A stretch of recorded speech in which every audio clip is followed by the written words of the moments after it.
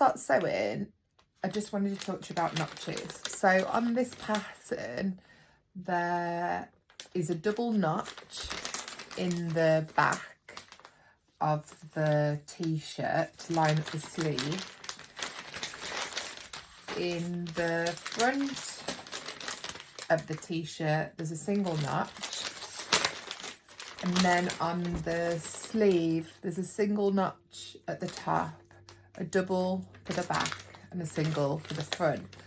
On most jersey patterns, they appear as a small line like that rather than a V shape that you might be used to on other patterns. So on a scrap, I'm just going to show you how to cut your notches out so that it doesn't damage the fabric. So if you were to do it as a V, as you've probably seen on other dressmaking patterns you've done. So there's my V there. Over time, I'm going to pull this quite hard and it's going to be more dramatic than it would normally be and put more stress on it. But over time,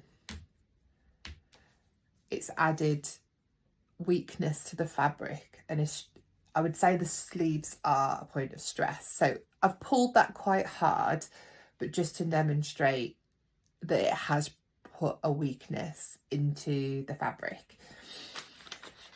If you do a little snip, as on the pattern, like that, so it's a teeny tiny snip in the fabric. If you pull it, and that is me pulling as hard as I can, you have got a little mark, but this will probably be, if you do it small enough, this will be overlocked. And then when you're wearing it and washing it, it shouldn't be able to do any damage, whereas that has gone further than the seam allowance. That, even when I pull it as hard as I can, isn't going further. So with your notches in your jersey fabrics, you want to do a tiny little notch like that.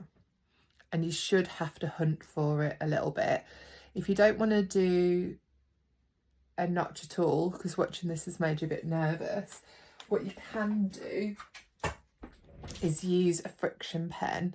So these, you can buy them pretty much anywhere. These are designed as handwriting pens that you can rub out. There's a rubber at the end, but they're really good for dressmaking because you can draw on the fabric. It looks just like a gel pen, but then if you iron it, the heat will remove the ink. I think it does come back if you go below 3 degrees, but I think if it was that cold, you probably wouldn't be wearing a t-shirt on its own anyway. And if you do it small enough, it will just be in the seam allowance of your t-shirt. Soundstripe.